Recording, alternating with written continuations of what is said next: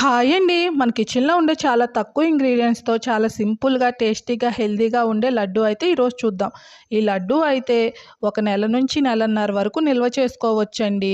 నేనైతే ఎండు కొబ్బరి యూజ్ చేసి చేస్తున్నాను. మీరు ఆ ప్లేస్‌లో పచ్చి కొబ్బరి యూజ్ చేసి చేశారంటే ఒక వారం వరకైనా నిల్వ ఉంటుంది. దీని ఫుల్ వీడియో అయితే మన ఛానల్ నేమ్ కింద ఇస్తున్నాను. ఒకసారి చెక్ చేయండి. అలానే రెసిపీ ట్రై చేసి ఎలా వచ్చిందో నాకు కామెంట్ చేయండి. ఈ లడ్డు అయితే డయాబెటీస్ ఉన్నవాళ్ళు రోజుకొకటి తీసుకోవచ్చు. అలానే పిల్లలైతే చాలా అంటే చాలా ఇష్టంగా తింటారు.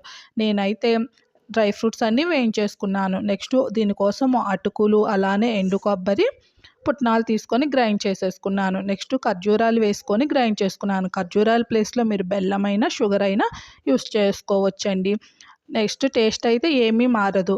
ఇలా గ్రైండ్ చేసుకున్న దాన్ని మొత్తాన్ని ప్లేట్‌లో వేసుకొని ఇలా లడ్డూలాగా ఒత్తేసుకోండి. మీకు నచ్చితే తప్పకుండా ట్రై చేసి మన ఛానల్‌ని సబ్స్క్రైబ్ చేయండి మరి. Thank you.